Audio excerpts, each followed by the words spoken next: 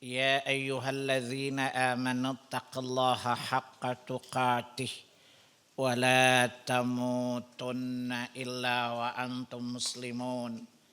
يا أيها الناس اتقوا ربكم الذي خلقكم من نفس واحدة وخلق منها زوجها وبث منهما رجالا كثيرا ونساء واتقوا الله الذي تساءلون به والأرحام إن الله كان عليكم رقيبا.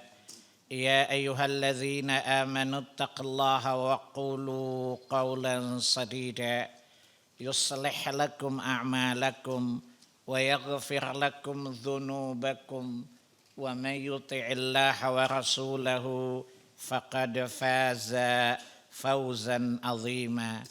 أما بعد فإن أصدق الحديث كتاب الله وخير الهدي هدي محمد صلى الله عليه وسلم وشر الأمور محدثاتها وكل محدثة بدعة وكل بدعة ضلالة وكل ضلالة في النار. Bapak dan Ibu, ikhwatal iman, a'azzani Allah wa iyyakum wa rahimani Allah wa iyyakum. Alhamdulillah, segala puji bagi Allah Subhanahu wa taala atas berbagai nikmat dan karunia-Nya.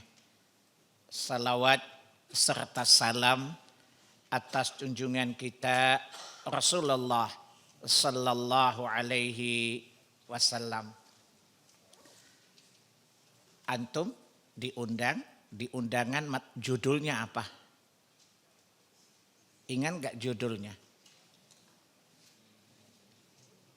Jangan takut, gak dimarahin dong kalau salah.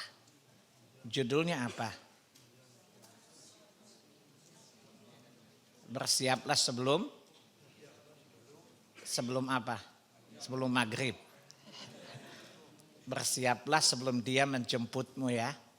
Baik, simpel saja karena waktu kita nggak banyak.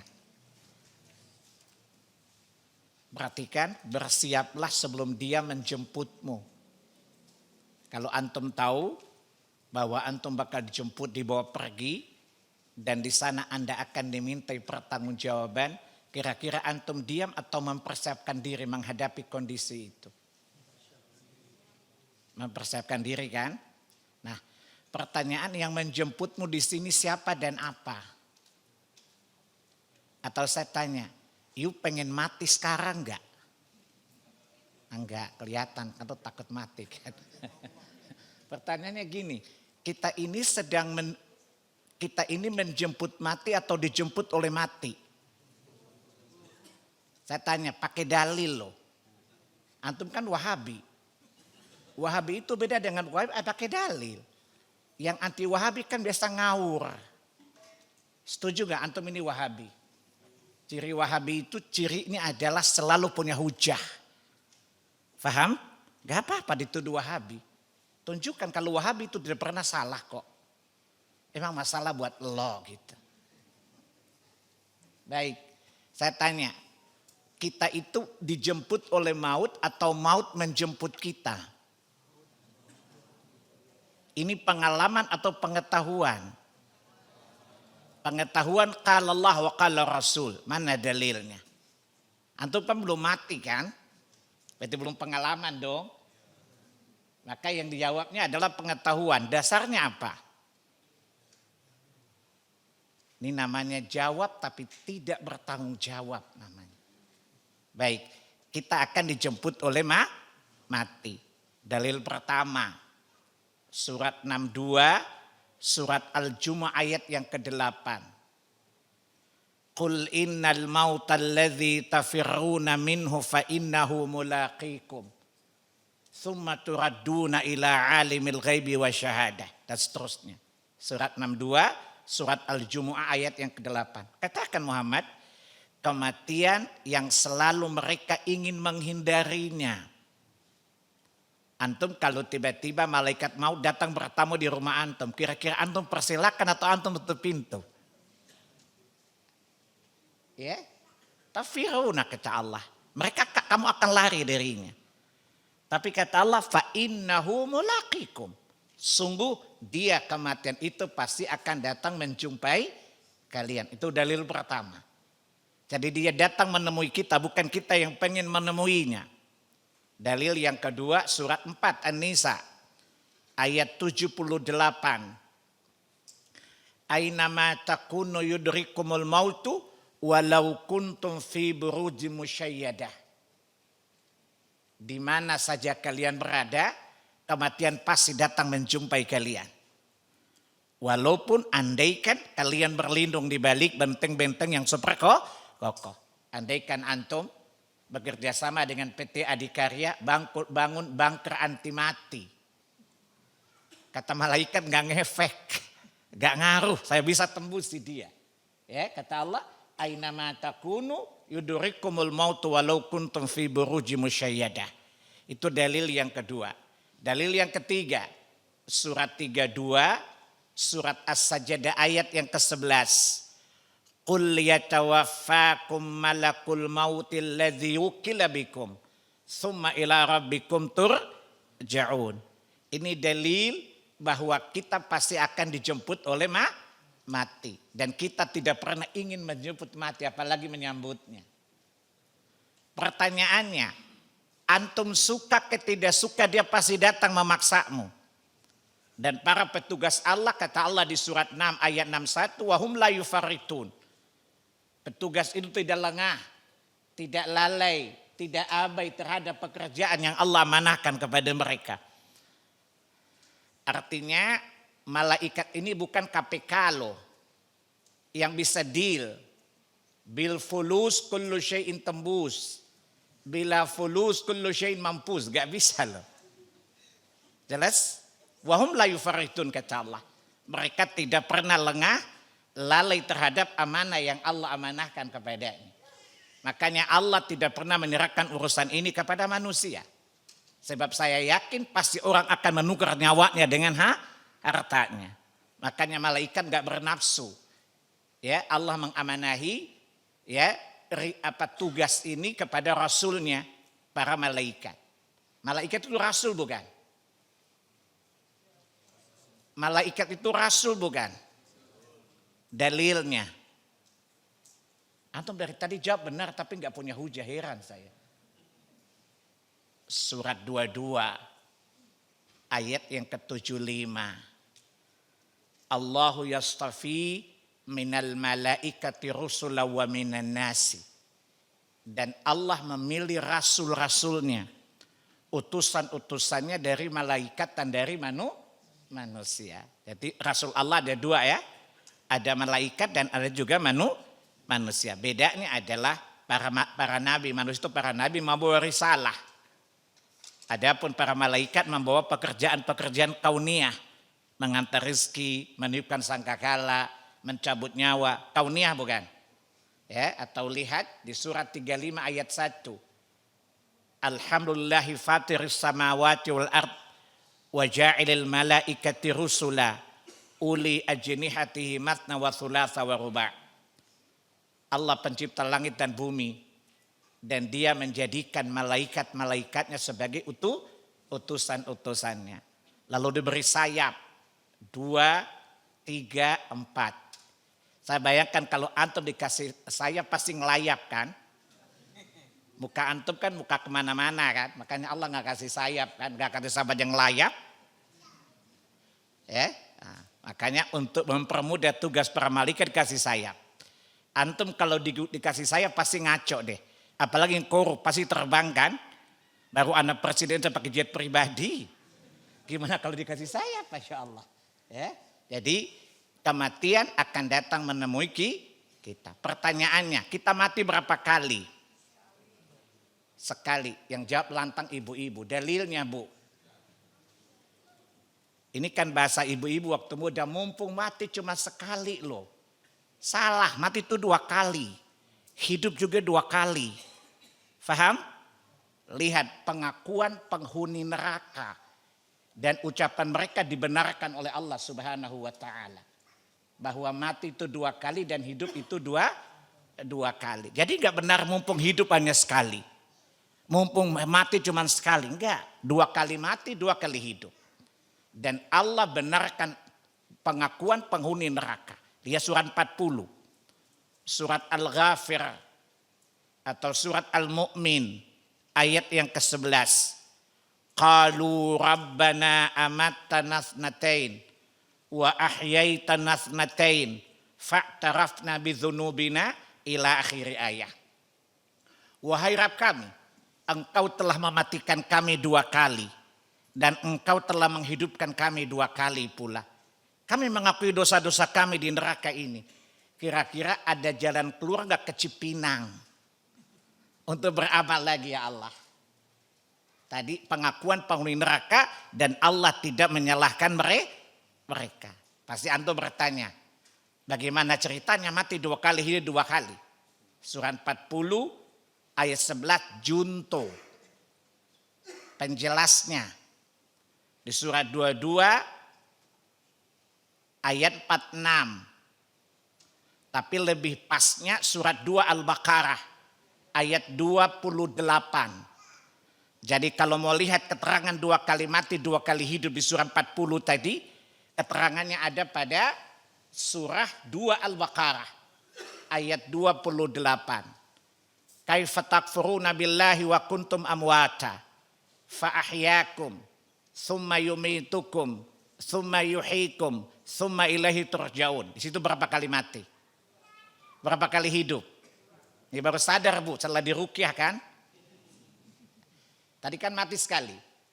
Kata Allah, bagaimana kalian kafir kepada Allah padahal sebelum ini kalian mati. Sempurnanya janin. Sebelum ditiupkannya ruh, itulah kematian yang pertama. Fa'ahyakum, kemudian dihidupkan oleh Allah. Kapan hidup itu dimulai? Di surat 32 ayat 9. Ya. Summa sawwa, Allah sempurnakan ciptaannya, ya, lalu ditiupkannya ruh. Wa ja'ala lakumus sam'a wal absara wal afidah. Sejak saat itu sampai tua bangka ini namanya kehidupan yang pertama. Faham? Tsumma yumitukum. Kemudian kelak Allah mematikan kalian. Ini yang dimaksud Allah di 3 ayat. Surat 3 ayat 185. Ali Imran. Surat 21 ayat 35. Diulang lagi di surat 29 ayat 54. Kalimat pertamanya apa? Kullu nafsin dha'iqatul maut. Tiap-tiap jiwa pasti akan mati. Inilah kematian yang kedua. Tsumma yuhyikum. Kemudian kalian akan dihidupkan oleh Dia lagi. Karena Allah yang menghidupkan mematikan. Kapan kehidupan kedua dimulai? Lihat surat 39 Az-Zumar ayat yang ke-68. Idza nufikha fis suri fasa'iqa man fis samawati wa man fil ard illa man sya'allah.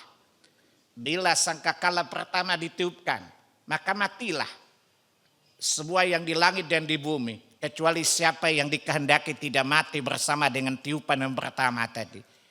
Menurut antum siapa kira-kira yang tidak mati bersama dengan tiupan pertama? Yang niup sangkalanya. Kalau dia mati siapa yang niup? Sampai tahap wa nufiha fil ukhra akan ditiup 2 kali lagi bukan? Ya minimum yang niup yang enggak mati lah pada hari pertama, tiupan pertama. Ya, kalau dia mati siapa yang niup? Sementara dia yang mesti niup kan? Ya, kemudian sangkakala yang kedua maka kita dibangkitkan menuju mahsyar. Nah, pertanyaannya, berarti urusan sesudah kematian itu ringan atau berat urusannya?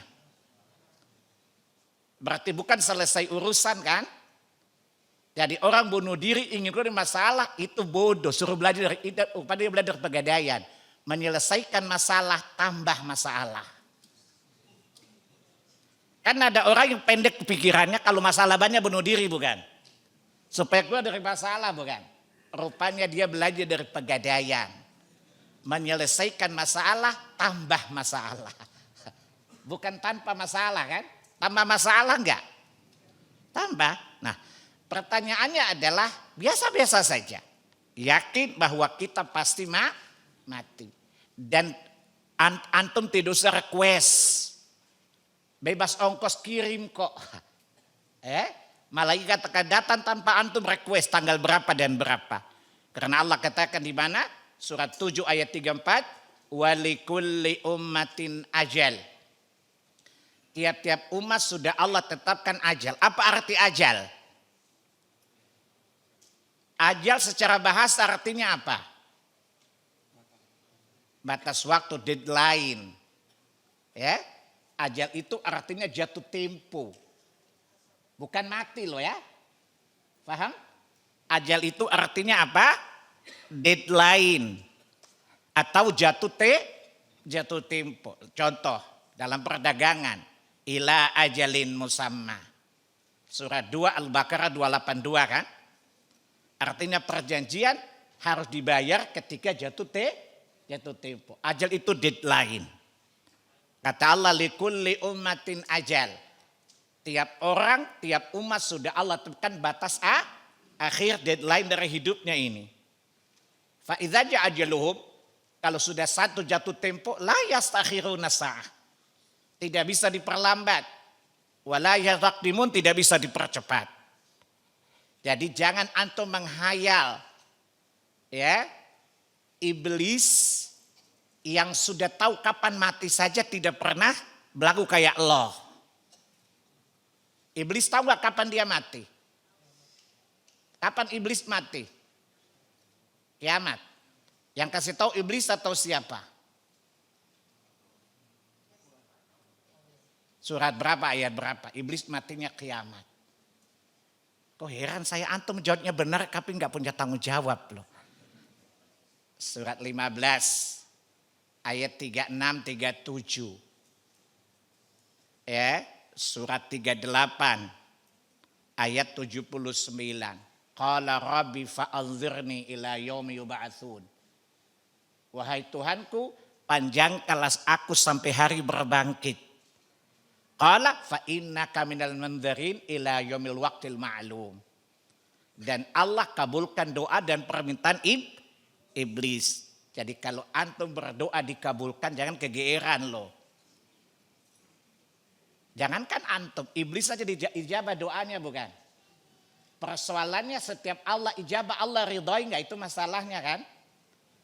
Tadi saya tanya iblis, kan ada kiai berdoa diijabah bukan. Saya punya guru dulu kiai. Dia bilang saya biar begini, saya pernah Allah sering kabulkan doa. Jangan bapak, iblis juga dikabulin apalagi bapak. Pertanyaannya dikabulkan itu diridhoi apa tidak? Iblis dipanjangin umurnya enggak? Berarti dikabulkan enggak permintaannya? Tapi diridhoi enggak? Makanya kegeeran. Jadi walaupun tidak dikabulkan asal diridhoi bukan? Paham? Daripada dikabulkan tapi tidak diridhoi. Alangkah indahnya kalau dikabulkan dan diridhoi oleh Allah Subhanahu wa taala pemberiannya itu. Yang jelas iblis tahu enggak matinya kapan? Paling enggak menjelang kiamat kan? Tapi iblis pernah stop enggak menyesatkan manusia? Enggak pernah. Ya, iblis menjalankan misinya tidak pernah berhenti. Apa misi dia? Ya, coba lihat di surat 7 Al-A'raf ayat 16 dan 17. Qala rabbi fabima aghwaytani la'aqudanna lahum siratakal mustaqim.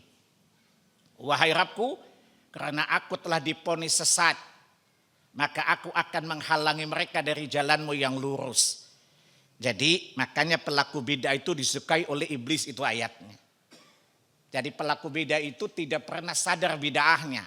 Saya tanya, bidah itu merusak agama bukan? Makanya kalau pelaku bidah berbuat bidah, apa kata iblis? Lu gue banget gitu loh. Lanjutkan bersama kita bisa go to hell. Karena kullu bid'atin wa kullu dhalalatin. Dan iblis paling suka dengan pelaku bid'ah. Surat 35 Fatir ayat yang ke-39. Apa kata iblis? Rabbi bima aghwaytani la uzainanna lahum fil ard wa la ughwiyannahum ajma'in. Wahai Rabbku, karena aku telah divonis sesat olehmu, maka aku akan menghiasi orang-orang manusia itu dengan apa?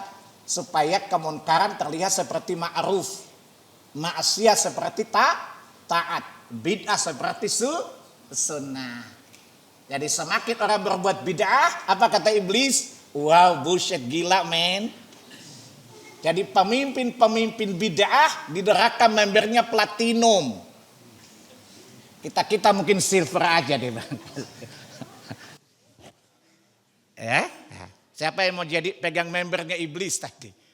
Dan iblis tidak pernah berhenti sampai kita tersesat dari jalan Allah. Tsumma la'atiyannahum min baini aydihim wa min khalfihim wa an aymanihim wa an syama'ilihim. Dia datang dari depan, belakang, kanan dan kiri. Berarti pekerjaan kita ringan atau berat? Yang menghalangi kita menuju Allah maksiat bukan? Yang merusak kematian kita maksiat bukan?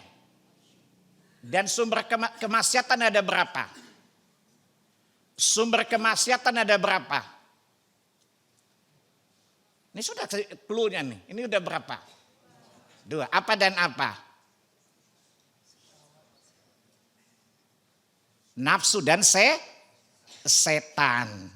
Kan coba lihat zikir pagi. Allahumma inni a'udzubika min syarri nafsi wa min syarri syaitani wa syirki. Aku berlindung kepadamu dari kejahatan yang bersumber dari diriku sendiri. Dan juga kejahatan disebabkan oleh syaitan dan konco-konconya. Mudah-mudahan antum bukan konco setan ya. Itu namanya manset, manusia setan. Namanya apa? Manset. Tahu manset? Manset mencekik tangan bukan? Namanya manset, manusia setan. Bukan setan loh, setan. Ya, saya tanya sama antum. Setan itu ada berapa jenis? 2. Apa dan apa? Dalilnya. Koheran antum bisa jawab benar tapi nggak punya hujah. Ini antum ngarang atau menghayal? Surat 6 Al-An'am ayat 112. Wa kadzalika ja'alna likulli nabiyyin syayatinal insi wal jinni yuhi ba'dhum ila ba'din rufal qawli ghurura. Demikian kami jadikan musuh para nabi itu adalah setan manusia dan setan bangsa jin atau setan jin dan jun. Kalau antum kan junnya. Atau ibu-ibu Mbak Yulnya, setan jin kan tuyulnya. Tuyul dan Mbak Yul. Itu pertama. Yang kedua dari diri kita. Lihat dalam surat yang keberapa? Yusuf ayat yang ke-53. Apa kata Nabi Yusuf? Wa ma ubarri'u nafsi innan nafsa la'ammaratun bisu illa ma rahima rabbi. Sungguh aku tidak bisa berlepas diri dari nafsuku. Karena sungguh sifat dari nafsu itu suka mengajak kepada dosa, kepada kedurhakaan. Begitu juga dengan syaitan. Lihat surat 21, lihat surat 24 An-Nur ayat yang ke-21. Ya ayyuhalladzina amanu la tattabi'u khutuwatis syaitan. Wa may yattabi' khutuwatis syaitan innahu ya'muru bil fahsya'i wal munkar. Setan itu menyuruh kepada fahsya dan munkar. Jadi kalau ada tokoh agama mengatakan berkatilah perkawinan sejenis, ini setan bukan? Saya tanya, perkawinan sejenis itu fahisya bukan? Perbuatan fahisya bukan? Surat 7 ayat 80 kan? Allah bilang homoseks itu perbuatan fahisya bukan? Fahisya bukan? Lah kalau ada tokoh agama mengatakan legalkan fahisya, kira-kira setan bukan? Lah yang cium dahinya setan bukan? Nah ini setan. Apa kata setan iblis? Wow bullshit gila men. Ya. Wali'udzubillah. Jadi kita punya kerjaan berat. Ini yang membuat kita lupa kepada kematian. Lupa mempersiapkan kematian karena satu. Nafsu condong kepada dunia bukan? Suka kepada kemaksiatan bukan? Gak percaya? Kalau saya berani ceramah 2 jam pasti antum gelisah deh. Tapi kalau saya gosip 7 jam antum pasti seru kan? Lalu Terus lanjutannya gimana dong Ustadz? Betul? Nah, makanya ini penghalang kita menuju Allah Jalla Jalaluh. Artinya Anda gagal mempersiapkan diri kalau tidak bisa melawan syaitan dan hawa nafsu. Sebab apa? Yang diajak menuju Tuhan adalah nafsu, bukan? Surat 89 ayat yang ke-27. Ya ayyatuhan nafsul mutmainnah irji' ila rabbiki radiyatan mardiyah. Berarti untuk menggapai tingkat mutmainnah nafsu itu perlu dijinakkan, bukan? Paham? Yang memperoleh kebahagiaan menuju Tuhannya nafsu yang tenang, bukan? Nafsu yang mutmainnah, bukan? Sebagaimana Imam Bukhari dalam kitab Janazah bab tentang siksa kubur. Jadi lebih gampang antum kalau hafal hadis, hafal bab, kitab dan babnya. Kalau pojok kiri, pojok kanan bisa sesat loh. Ya, nah nanti sampai di pojokan antum bingung loh. Belok kiri apa belok kanan?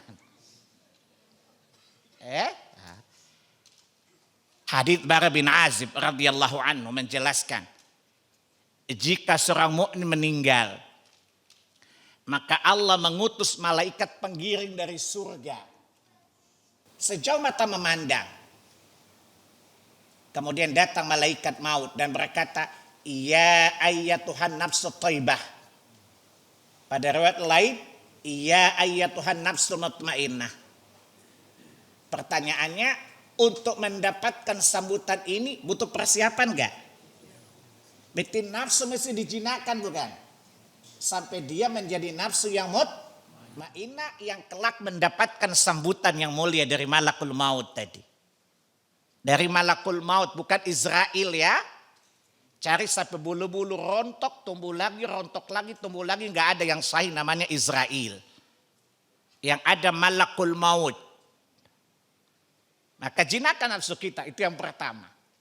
Maka siapa yang tidak bisa menjinakkan nafsunya, maka jangan pernah mimpi untuk menemui kematian yang indah tadi. Itu persiapan yang pertama. Yang jelas, saya jelaskan gini, saya ulangi. Sesudah mati itu ada proses yang panjang atau sebentar? Minimal ada beberapa fase kan. Satu, yang terdekat. Mempersiapkan ketika menghadapi sakratul maut, bukan? Setiap mati, proses perpindahan dari hidup ke qaid namanya apa? Proses perpindahan naza dari hidup ke qaid. Tahu qaid enggak? Modar kata orang Jawa teh. Ya, adalah sakratul maut. Dan lihat di surat 50 ayat 19. Wajaat sakratul mauti bil haq wa ma kunta minhu tahid. Dan sakratul maut benar-benar akan datang. Dan itu yang kamu ingin menghindarinya. Ya. Kata Allah, kita ini selalu menghindari sakratul maut. Ya. Sakratul maut adalah awal kematian. Batas antara hidup dan qaid tadi. Tahu qaid enggak? Itulah sakratul maut namanya. Dan disitulah orang lihat. Dia husnul khatimah atau su'ul khatimah.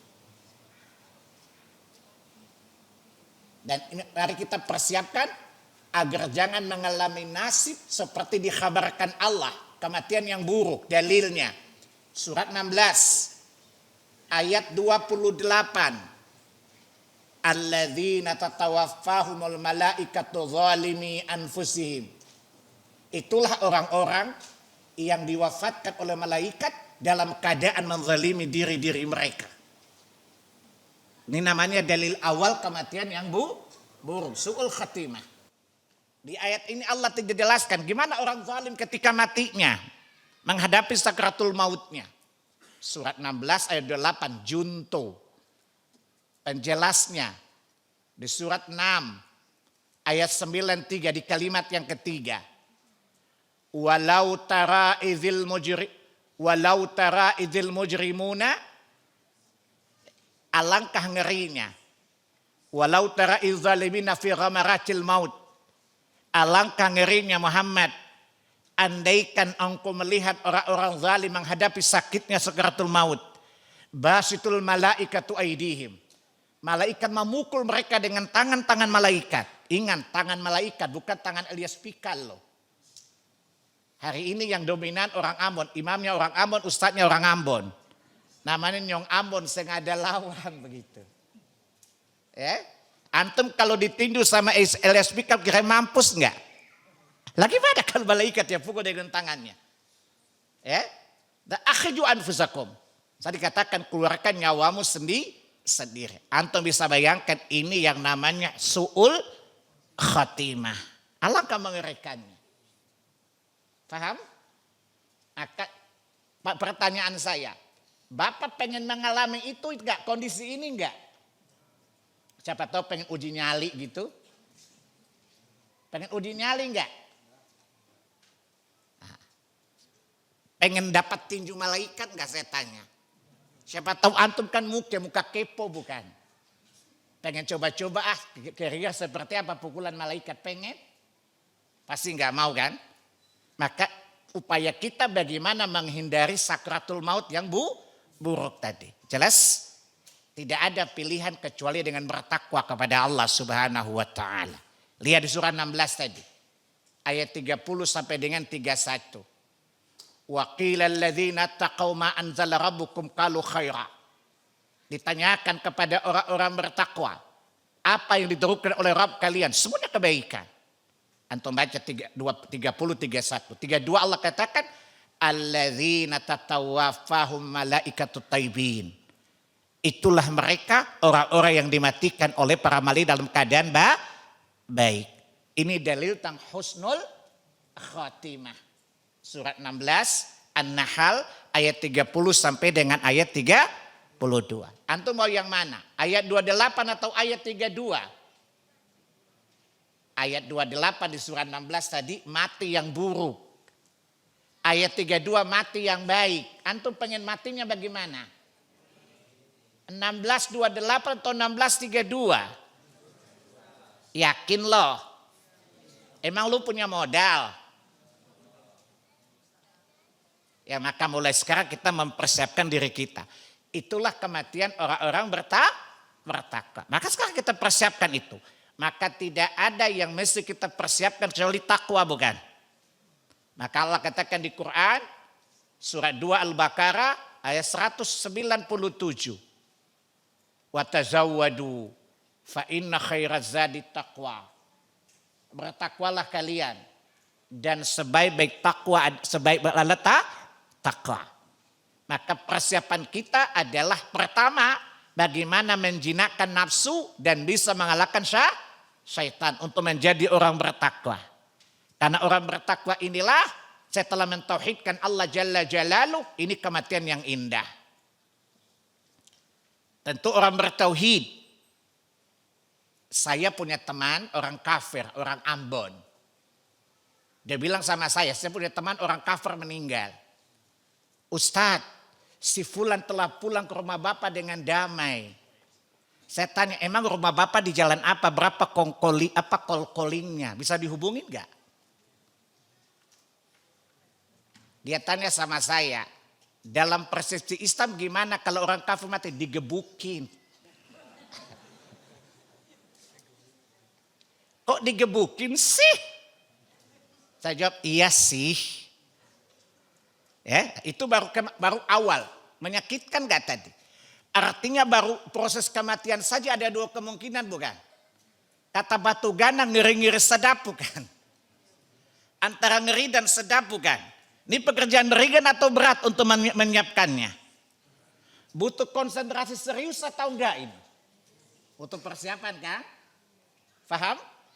Sementara kalau dijemput kematian pasti menghadapi sakratul maut. Ada dua keadaan yang Allah kabarkan tadi.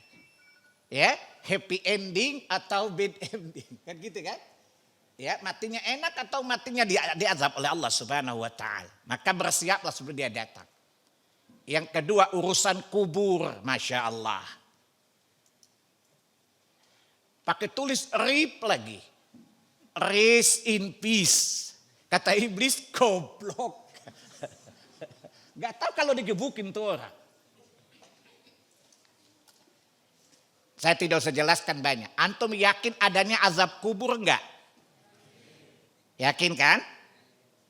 Allah mengatakan banyak ada. Di Quran ada 6 ayat mengkhabarkan tentang adanya azab kubur. Salah satunya surat 32. Surat As-Sajdah ayat yang ke-21. وَلَنُذِيقَنَّهُمْ الْعَذَابِ الْأَدْنَى دُونَ الْعَذَابِ الْأَكْبَرِ لَعَلَّهُمْ يَرْجِعُونَ. Ya. Dan kami akan merasakan kepada mereka azab yang dekat. Kemudian kami rasakan benar azab yang besar. Antum lihat tafsir Ibnu Katsir rahimahullahu taala dalam Quranil Azim. Mengutip asar dari Abdullah bin Abbas radhiyallahu anhuma. Beliau menerangkan dunal azab. Azab yang dekat adalah azab kubur.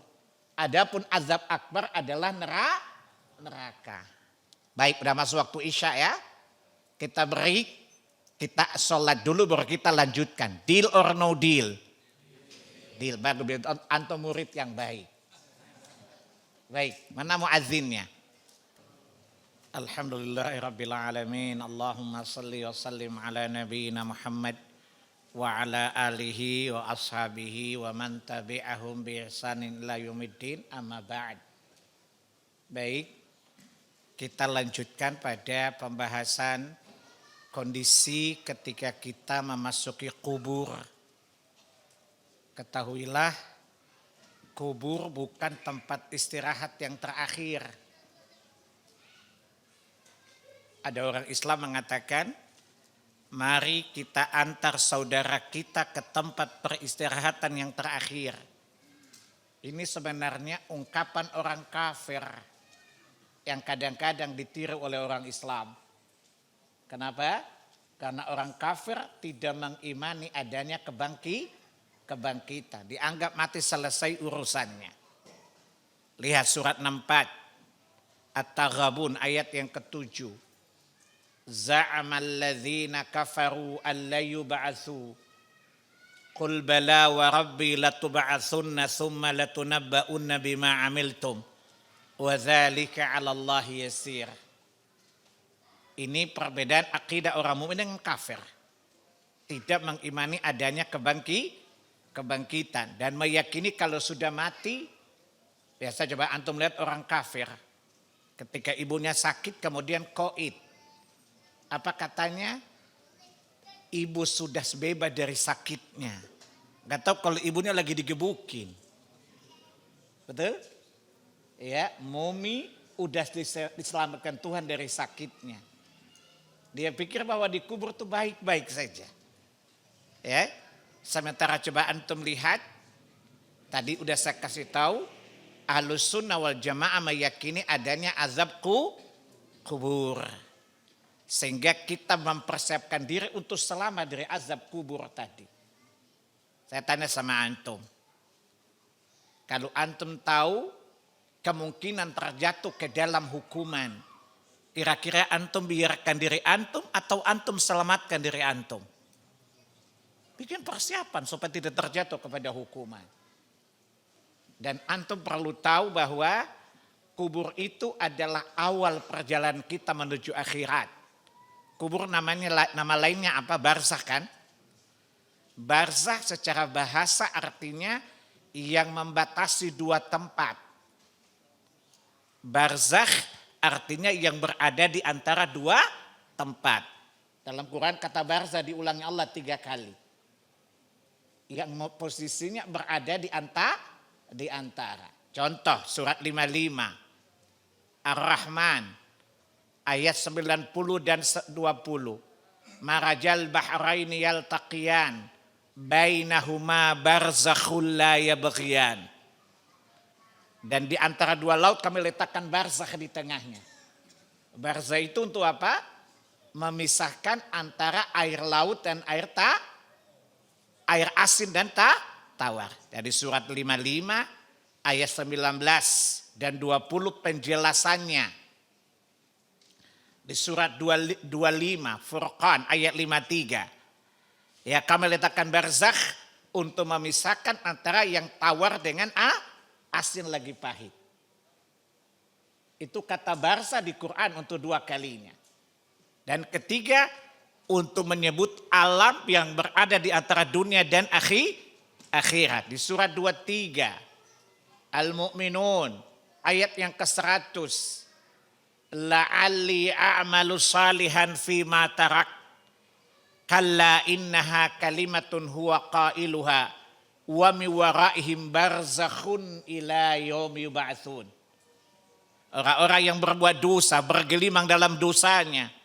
Kemudian kematian datang menemuinya.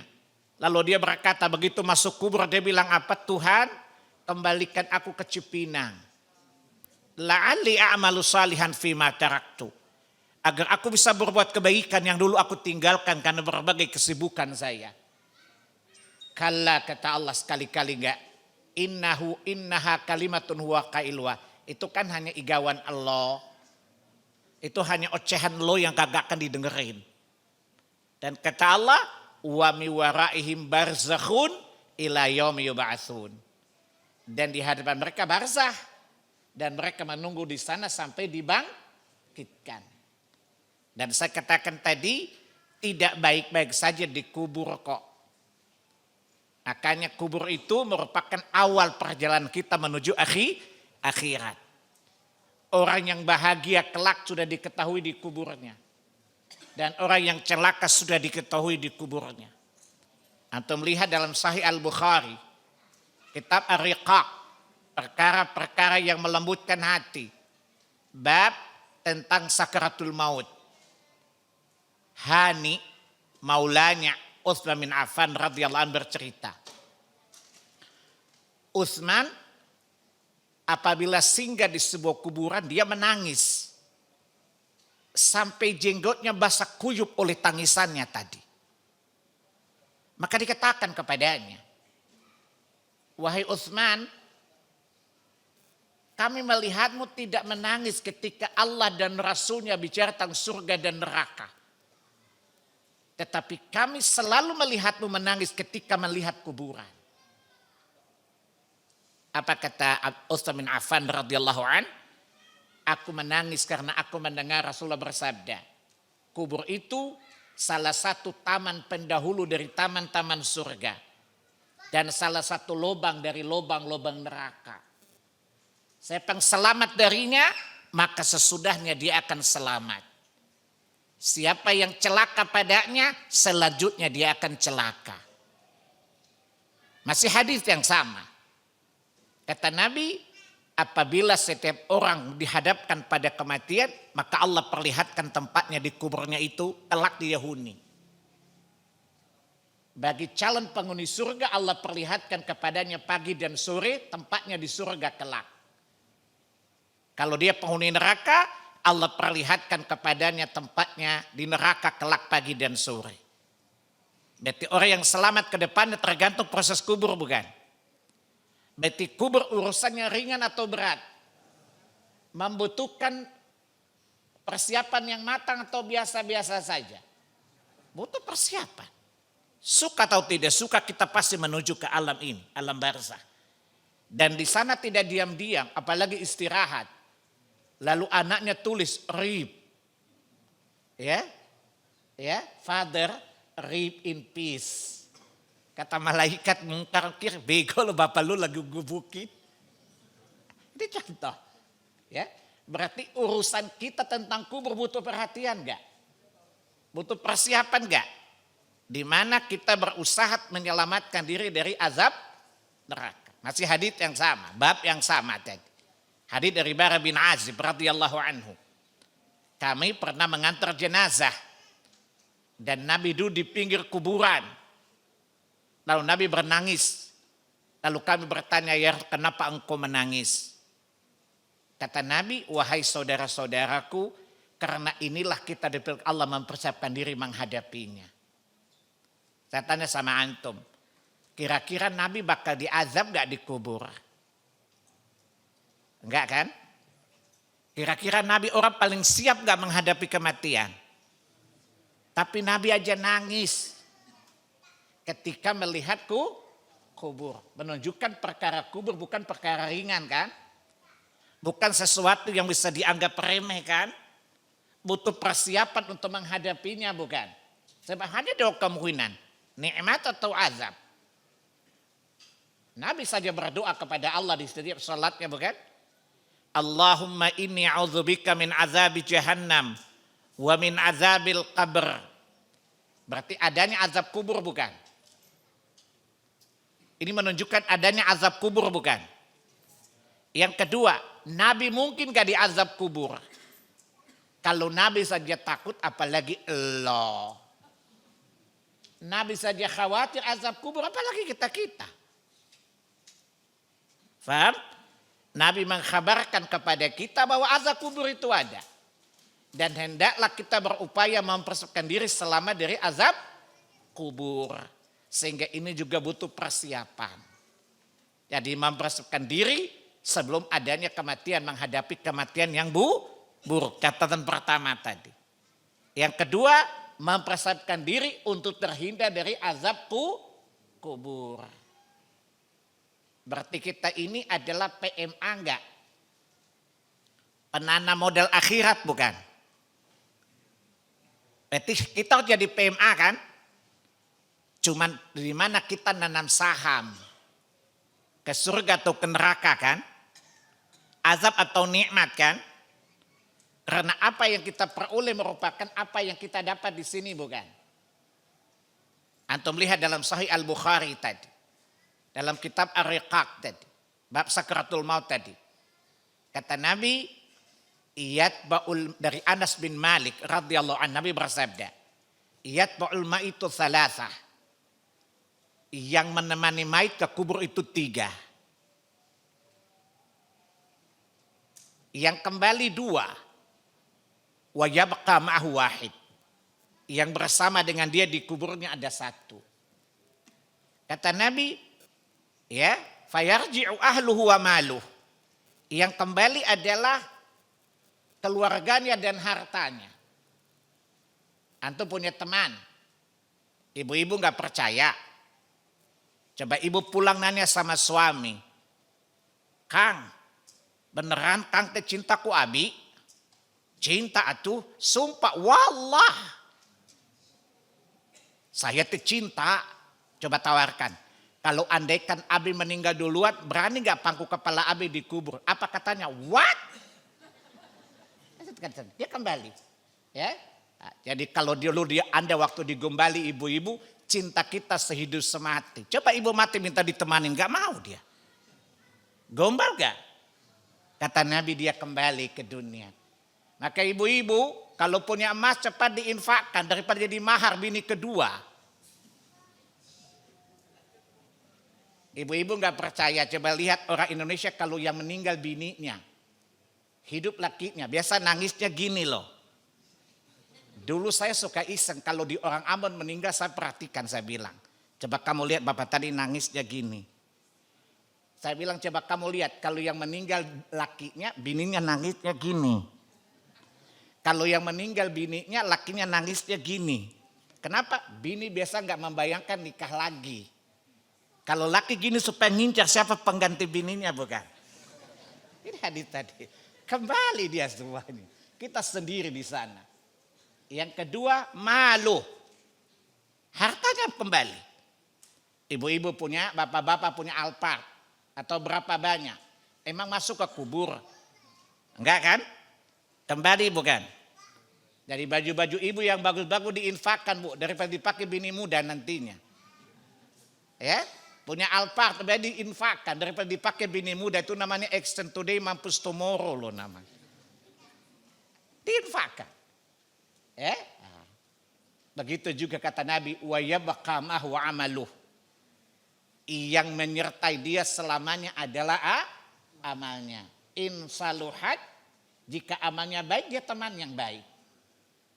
Ya, jika dia amal yang buruk, maka dia teman yang sangat menyusahkan. Maka jawabannya adalah persiapan kita cuma satu, beramal bukan? Beramal sebaik mungkin, bukan sebanyak mungkin kan? Sebaik atau sebanyak? Dalilnya sebaik mungkin atau sebanyak mungkin? Dalilnya. Antum heran, jawabnya benar. Tapi dalilnya enggak punya. Antum ini menghayal atau gimana sih? Surah 67, Al-Mulk ayat 2 kan? Alladzi khalaqal mauta wal hayata liyabluwakum ayyukum ahsanu amala. Yang paling bagus amalnya. Berarti dia teman yang menyenangkan. Dialah yang menjadi penolong kita. Dengan dia Allah merahmati kita. Kan kita nggak mungkin selamatkan dengan rahmat Allah, bukan? Dan kita tidak mungkin berahmat dengan amal, bukan? Faham? Kita beramal lalu Allah merahmati dengan amal kita, bukan? Jadi tidak kontradiksi kan? Kata Nabi, kalian tidak masuk karena amal kalian tapi rahmat Allah. Tidak kontradiksi kan? Bahwa kalau nggak beramal dirahmati enggak? Enggak. Faham? Jadi pakai logikanya, logika syariahnya gini. Kita masuk surga karena rahmat Allah, bukan amal kita.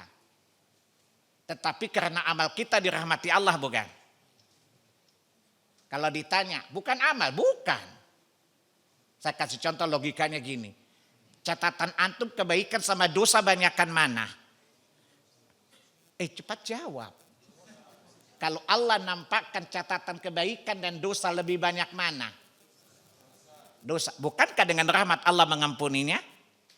Bayangkan kalau Allah tidak mengampuni dosa kita. Kira-kira ada yang bisa masuk surga enggak? Itu alasan pertama kenapa Nabi mengatakan kalian tidak masuk karena amal tapi rahmat, bukan? Saya pakai logika syariah. Kalau misalnya coba lihat dosa dan pahala diperlihatkan. Saya yakin dosa kita lebih banyak dari pahala, bukan? Dengan apa Allah mengampuni? Dengan rahmatnya, bukan? Surat 39 Az-Zumar ayat 53, bukan?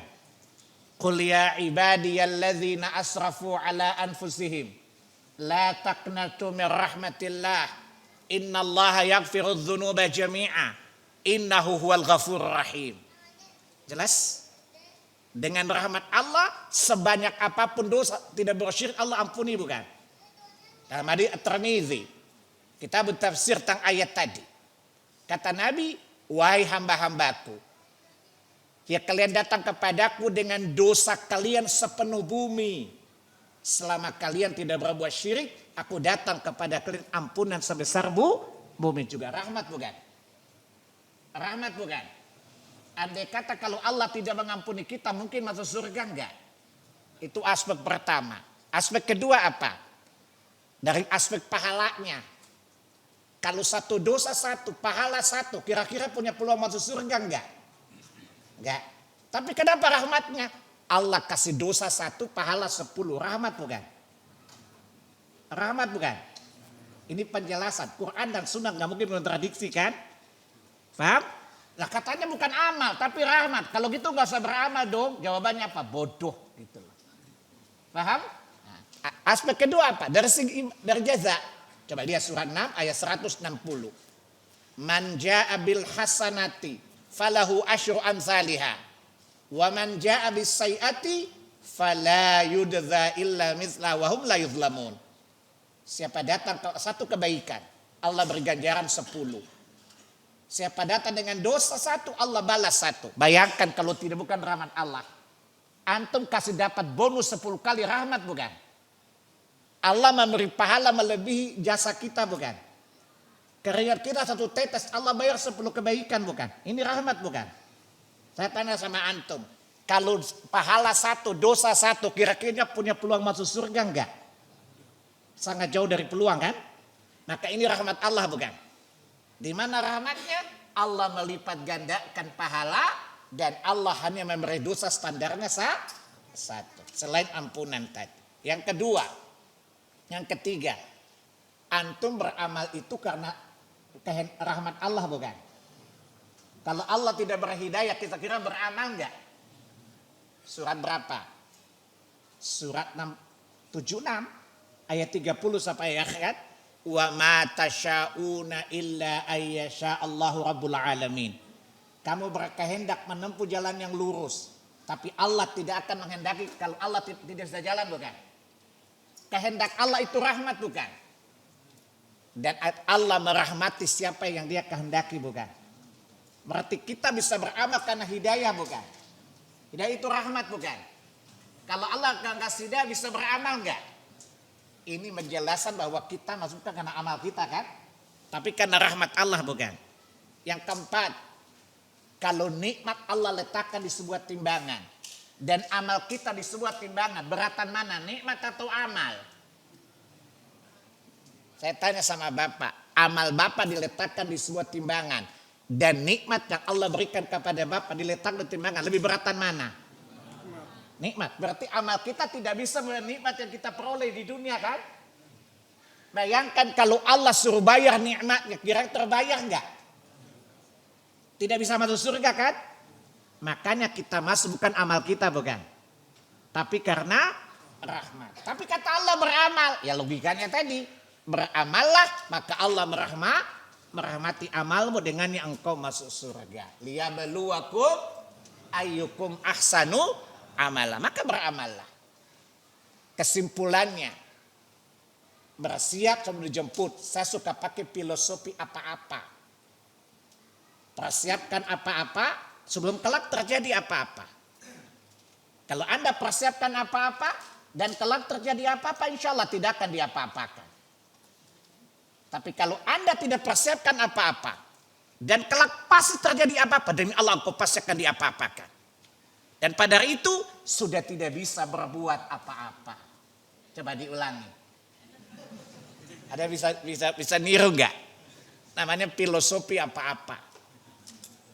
Persiapkan apa-apa sebelum kelak terjadi apa-apa. Saya tanya, kubur itu apa-apa, bukan?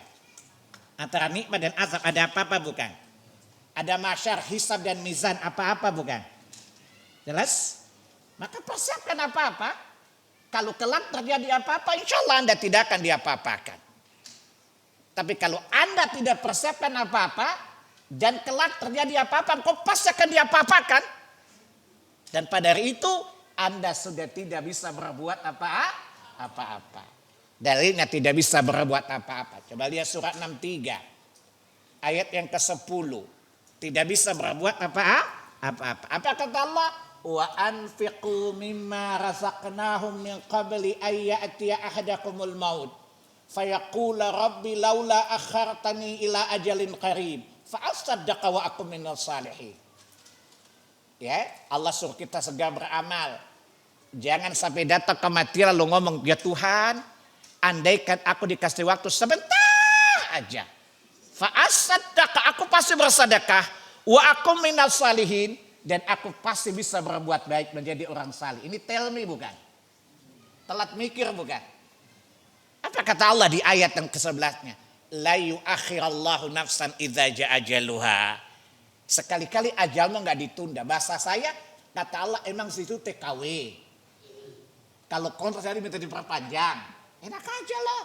Kata anak Medan sudah menumpang, melutut, kentut pula kau. Ya nggak bisa lah. Tidak bisa berbuat apa-apa, bukan? Masuk ke barza, minta kembali lagi berbuat kebaikan, bukan? Tadi surat 23 Al-Mu'minun ayat 99-100 tadi. Hatta idza hadara ahdahumul mautu qala rabbirji'un. La'alli a'malu salihan fima tarak. Kalla innaha kalimatun huwa qailuha wa mi wara'i barzahum. Tidak bisa berbuat apa-apa, kan? Ketika dibangkitkan di mahsyar, Masya Allah. Permintaannya apa? Tuhan, jika kami diberi kesempatan, kami akan penuhi semua perintahmu. Dan kami taat dengan nabi-nabimu. Surat 14, Ibrahim, ayat 42 sampai dengan ayat 44. Laula akhartan, ya, panat, kami akan mengikuti semua seruanmu ya Allah. Wa nattabi rusulak, dan kami pasti ngikutin sunnah-sunnah nabimu.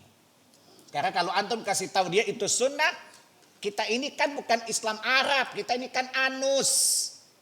Agama Nusantara maksudnya. Ada agama baru namanya Anus. Agama Nusantara. Nanti mati baru ingin ikut sunnah Nabi. Apa kata melihat kemana aja lo selama ini? Baru sadar lo. Kalau agama lo ilegal. Ya, jadi beragama pakai anus, agama Nusantara. Tahu anus gak? Ya udah nggak usah pikirkan. Jelas? Mati baru ingin mengikuti sunnah Nabi. Ini telat mikir bukan? Tidak bisa berbuat apa-apa kan? Begitu masuk neraka lebih serius lagi. Coba lihat surat 32. Surat As-Sajdah ayat 12. Walau tara idzil mujrimuna nakisu ru'usim 'inda rabbihim. Rabbana absarna wa sami'na farji'na na'mal salihan inna muqinun. Coba antum kalau kasih tahu tentang neraka. Emang lu pernah ke neraka? Jangan macam-macam orang lo. Begitu di neraka, Tuhan kembalikan aku ke dunia beramal. Gue yakin ada neraka lo. Tidak bisa berbuat apa-apa. Karena nggak bisa diterima, lebih serius lagi. Tuhan, andaikan aku dikasih kesempatan kecipinan, aku pasti lebih baik dibandingkan dulu deh. Surat 35 Fatir, ayat yang ke-37. Biasa kalau penolakan permintaan makin tinggi bukan? Swear deh. Pakai gaya anak Cipinang kan? Swear deh Tuhan. Kalau gue dibalikin ke Cipinang, gue janji tidak seperti yang dulu lagi. Karena saking frustrasinya hanya teriak, Malik, mendingan Tuhan mematikan kami saja. Kami tidak sanggup di neraka ini. Ini menunjukkan tidak dapat berbuat apa-apa. Lihat surat 43, Zuruf ayat 77. Frustrasinya penghuni neraka. Hanya ya Malik, katakan hai Malik, biarkan Tuhan mematikan kami saja. Apa kata Malik? Lo kagak mati bego. Lo tetap di situ. Rasain kemana aja lo selama ini. Nah ini yang saya katakan. Bila kelak terjadi apa-apa, kita tidak dapat berbuat apa-apa. Memohon kepada Allah. Ingat, penghuni surga tadi kesini pengen jadi caleg. Tadi penghuni neraka kesini mau ngapain? Pengen jadi caleg. Caleg itu calon edan gue. Bukan calon legislatif ya. Makanya antum lihat orang kalau jadi caleg kalau dapat gila, tidak dapat gila juga bukan? Jadi caleg itu calon edan gue. Kalau dapat beda dia dengan orang rumah sakit jiwa apa? Orang rumah jiwa itu gila beneran. Anggota DPR benar-benar gila loh. Sama-sama edan. Bukan untuk itu dia kembali. Untuk apa? Untuk berbuat kebaikan. Tetapi Allah tidak mengizinkan, tidak ada kesempatan yang kedua. Maka persiapkan diri kita supaya kelak terjadi apa-apa kita tidak akan diapa-apakan dan kita tidak perlu minta untuk waktu untuk berbuat kebaikan lagi. Ya, kesempatan hanya sekali, tidak ada kesempatan kedua. Kalau sudah qaid, tidak ada kesempatan kedua. Kira-kira kalau orang menuntut lagi apa kata orang Sunda? Nyaho eta teh. Nah, kemari kita mempersiapkan diri sebelum kematian itu datang. Dan ingat, sesudah kematian itu urusannya lebih berat daripada di dunia. Kenapa? Kalau bapak tidak makan, bapak-bapak yang udah pensiun. Masih ada panti jompo nggak pak? Bisa numpang hidup nggak pak? Betul? Kalau nggak punya uang kita bisa galang dana donasi bukan? Lah kalau dikubur digebukin siapa yang nolong? Jelas? Maka itulah yang dimaksud bersiaplah sebelum dia datang menjemputmu itu kematian. Kenapa? Karena sesudahnya itu sangat berat urusannya. Tidak seringan dan tidak semudah yang kita bayangkan. Kemudahan yang kita dapat itu merupakan buah dari investasi kita hari ini. Ya, siapa menanam kebaikan, kelak dia akan menuai kebaikan. Siapa menanam kedosa, maka dia akan menuai dosa. Apa kata Allah di Quran banyak sekali. Lihat surat 17 ayat yang ke-15, ayat yang ke-7. In ahsantum li anfusikum wa in asa'tum falaha. Jika kamu berbuat baik, kebaikan untuk dirimu sendiri. Ya kamu berbuat dosa, dosa itu akan kamu tanggung sendiri.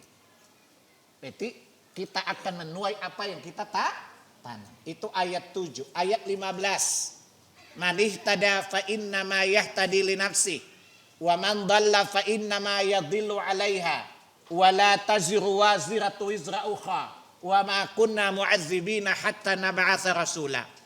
Barang siapa mengikuti petunjuk, maka keselamatan untuk dirinya sendiri.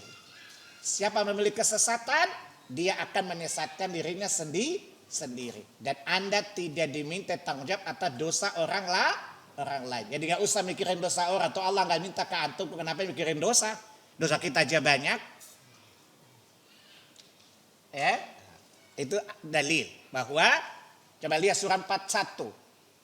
Surat Fussilat ayat 46. Ya, kata Allah, man amila salihan falinafsihi wa man asa'a fa'alaiha wa ma rabbuka bidzallami lil 'abid.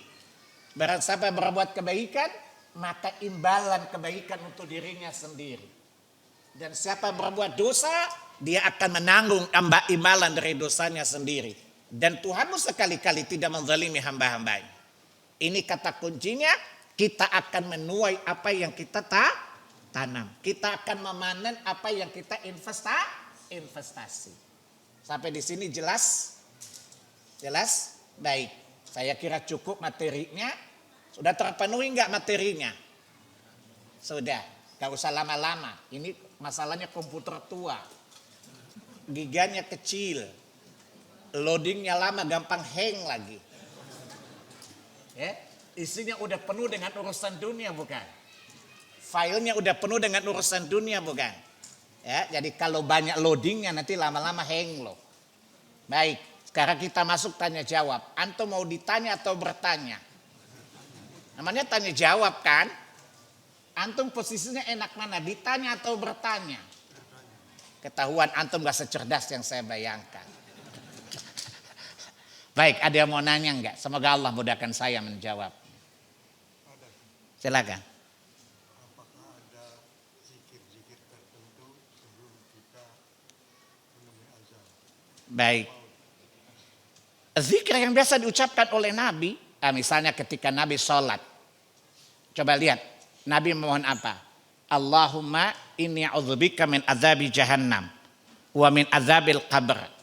Pertanyaannya, itu kan minta perlindungan dari neraka. Ya kalau Allah pasti beramal dong. Kalau Allah menjamin kita selama dari neraka diberi hidayah untuk beramal enggak? Ya, itulah Nabi Jawabul Kalim, singkat tapi padat, bukan? Atau berdoa dengan doa yang misalnya di Quran surat 3 Ali Imran ayat 8. Rabbana la tuzigh qulubana ba'da idh hadaitana wa hab lana min ladunka rahmah innaka antal wahhab. Jelas? Atau untuk berdoa dengan doanya Nabi Yusuf alaihissalatu wassalam di surat 12 ayat 101. Ya, Allahumma tawaffani muslima wa alhiqni bis salihin. Ya Allah, wafatkan aku di atas Islam dan kumpulkan aku bersama orang-orang saleh. Kalau Allah kabulkan, pertemukan dengan orang saleh, pasti mau jadi orang saleh, bukan? Masa preman ketemu orang saleh, yang benar dong. Paham? Ini doa-doa yang sebenarnya bagian dari persiapan kematian. Allahumma ya muqallibal qulub, tsabbit qalbi ala dinik. Ya Allah, teguhkan hati udah atas Islam sebagai bagian dari wala tamutunna illa wa antum muslimun. Jangan kamu jadi muslim. Ya, kalau bukan muslim pasti nyaho enggak? Nah ini doa-doa yang bisa kita bacakan. Allahumma ya musarrifal qulub, sarif qulubana ala ta'atik.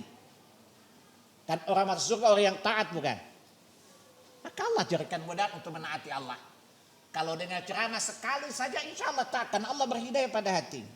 Allahumma ati nafsi taqwaha wa zakkiha anta khairu man zakkaha anta wali wa maulaha. Allahumma inni as'alukal huda wa tuqa wal afafal ghina. Bukankah ini semua doa persiapan kematian, bukan? Ya Allah, beri aku hatiku takwanya. Kata takwa itu adanya di mana? Takwa itu ada di mana? Dalilnya apa? Saya tanya takwa itu di mana? Di hati. Jawaban antum benar, dalilnya mana? Nanti kalau antum ditanya sama anak, lalu jawab di hati, nak mana dalilnya Pak? Masa WA Pak Salim? Apa betul anak Anda punya anak bapaknya bodoh kayak antum? Ya, takwa itu di hati. Salah satunya surat 22 ayat 35, ayat 37. Ya, dzalik wa may yu'azzim sya'ar fa innaha min taqwal qulub. Menunjukkan takwa itu di hati. Hadits Tirmidzi, kata Nabi at-taqwa hauna, takdir di sini. Jelas? Berarti kata Allah bilang kematian itu bekal terbaik takwa bukan?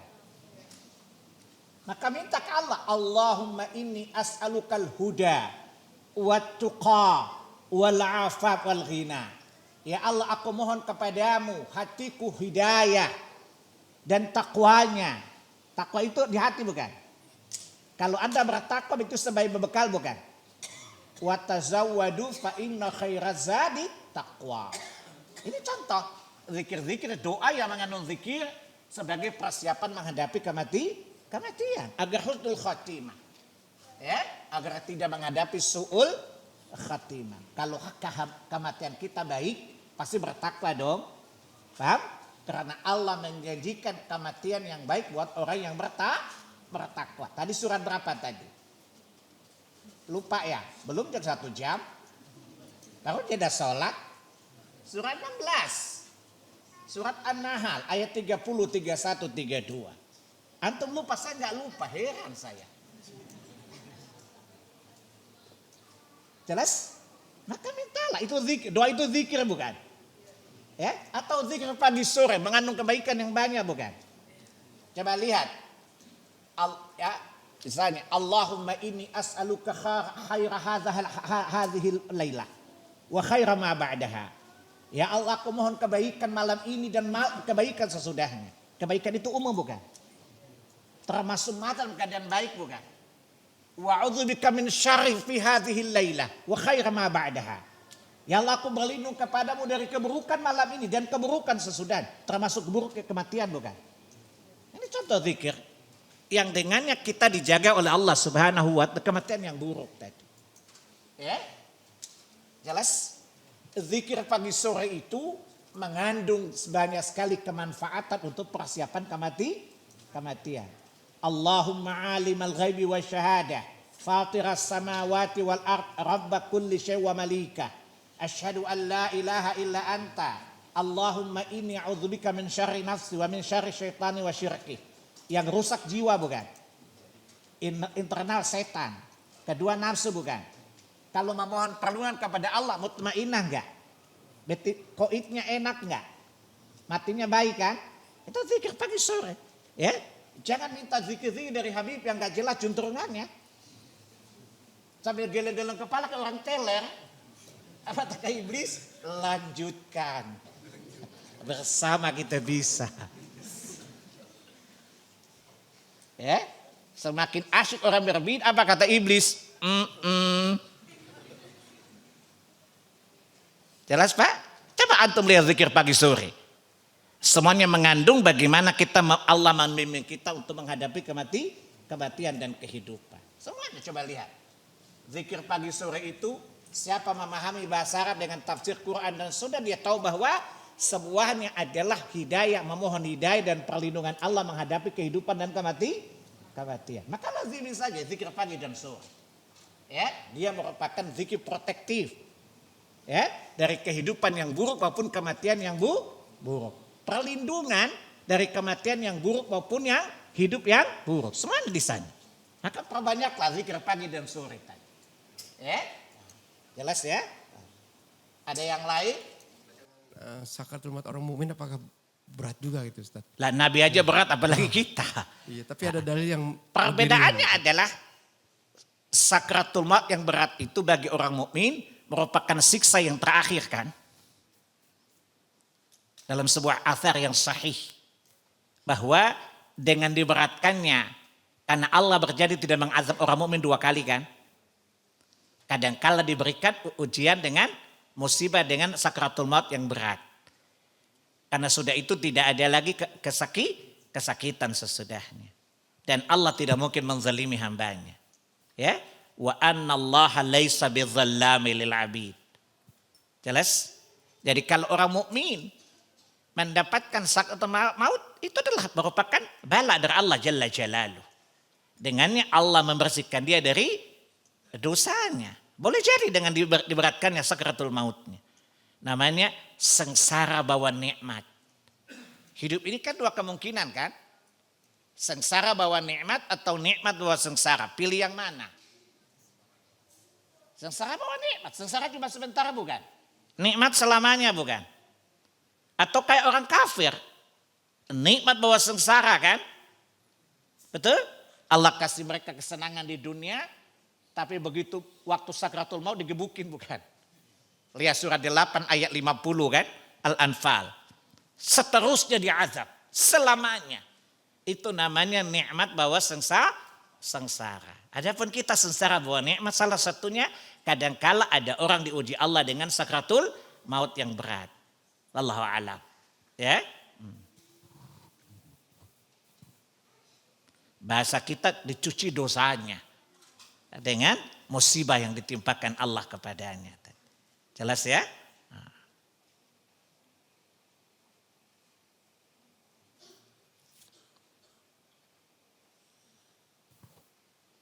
Karena ketika Nabi demamnya 2 kali kan. Kata Nabi, Allah memberikan para Nabi demam 2 kali, kalian bukan. Karena aku juga diberi nikmat 2 kali dari kalian. Sebab innal ajra bil qadaril masyakkah. Kaidahnya. Beratnya imbalan tergantung beratnya ujian. Semakin beratnya ujian maka besar pahalanya. Jelas ya? Ada yang lain? Baik, sepertinya antum sudah faham deh. Terlihat antum sedih menampakkan faham walaupun saya tanya pasti nggak jawab. Tapi nggak apa-apa lah. Ya, silakan Assalamualaikum warahmatullahi wabarakatuh. Waalaikumsalam. Saya pernah membaca di Al-Quran Ustaz, bahwa orang kafir itu ketika dia dibangkitkan lalu Allah bertanya kepada dia, berapa lama kamu tidur? Sebentar. Yang saya pikirin itu kok dia disiksa digebukin dia ngerasa sebentar. Seharusnya dia berpikir lama sekali ini saya digebukin gitu Ustaz. Itu penjelasannya bagaimana Ustaz? Baik, saya kaji dulu ya, karena tafsirnya panjang sekali. Wallahu a'lam. Ya. Baik, ada yang lain?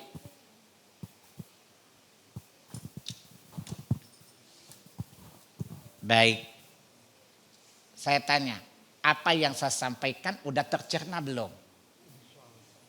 Insya Allah. Antum kalau ditanya bisa jawab enggak? Gak usah jawab, walaupun Anda jawab meyakinkan saya enggak yakin lah. Karena saya pakai prinsip jangan ada dusta di antara kita ya.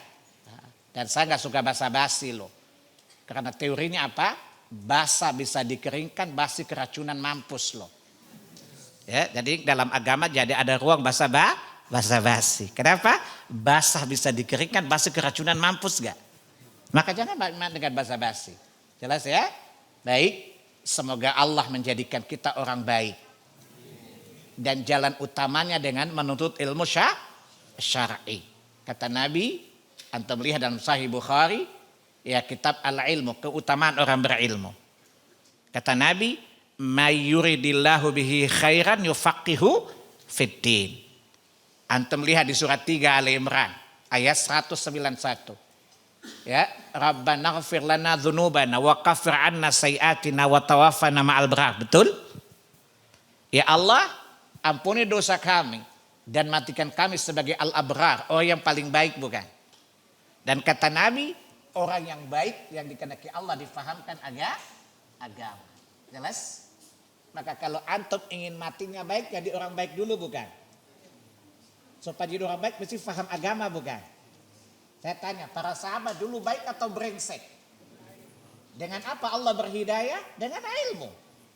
Surat 3 Ali Imran ayat 164. Laqad mannallahu 'alal mu'minina idz ba'atsa fihim rasulan min anfusihim yatlu 'alaihim ayatihi wa yuzakkihim wa yu'allimuhumul kitab wal hikmata wa in kanu min qablu lafi dhalalim mubin. Allah jelaskan apa? Para sahabat orang mukmin pertama bukan? Yang mendapat karunia besar dari Allah bukan? Padahal sebelumnya sesat bukan? Dengan apa Allah berhidayah? Dengan ilmu yang diajarkan oleh Nabi. Wa yu'allimuhumul kitaba wal hikmah. Faham? Maka antum tidak akan menjadi orang baik kalau tidak faham agama. Dan agama itu apa yang diajarkan oleh Nabi. Faham? Sebab kata Allah, wa yu'allimuhumul kitaba wal hikmata. Rasul itu mengajarkan kitab dan sunnah.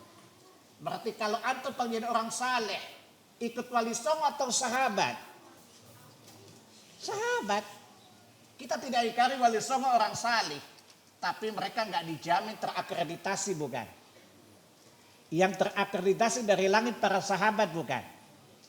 Betul? Allah bilang mereka ulaika humul mu'minuna haqqan.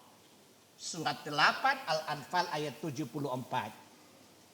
Nah kalau antum ingin jadi matinya baik, jadi orang baik.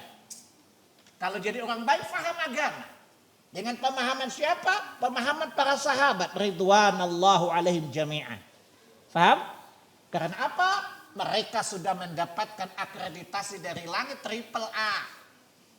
Adapun wali songo, kiai dan semacamnya, waiting list semuanya. Gak ada jaminan akreditasi dari langit. Faham? Para sahabat sudah mendapatkan akreditasi dari langit. Tadi mereka mendapat hidayah. Kedua, ulaika humul mu'minuna haqqa. Mereka adalah sebenar-benarnya orang mukmin. Surat Al-Anfal, surat 8 ayat 74. Maka ikuti mereka. Insya Allah kita masuk surga bersama mereka.